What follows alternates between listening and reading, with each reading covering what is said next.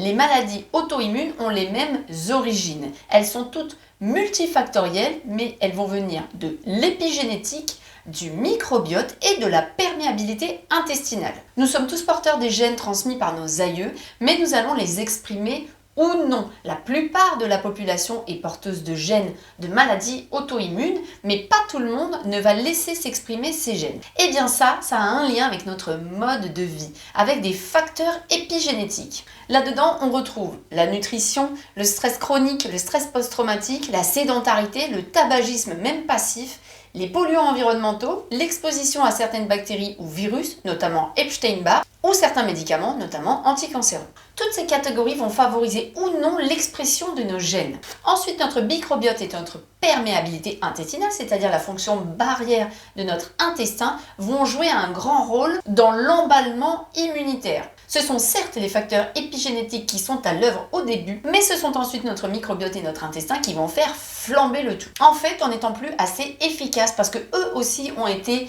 agressés, altérés par notre mode de vie. Pour faire simple, ils n'arrivent plus à filtrer les intrus venus de l'extérieur, c'est-à-dire des bactéries, des virus, mais aussi des fragments alimentaires ou encore des xénobiotiques, qui vont donc tous entrer massivement par notre barrière intestinale, se retrouver dans notre système sanguin, être attaqués par notre système immunitaire, ce qui va mettre le feu à notre corps. Au bout d'un certain temps, cet incendie déstabilise complètement notre système immunitaire.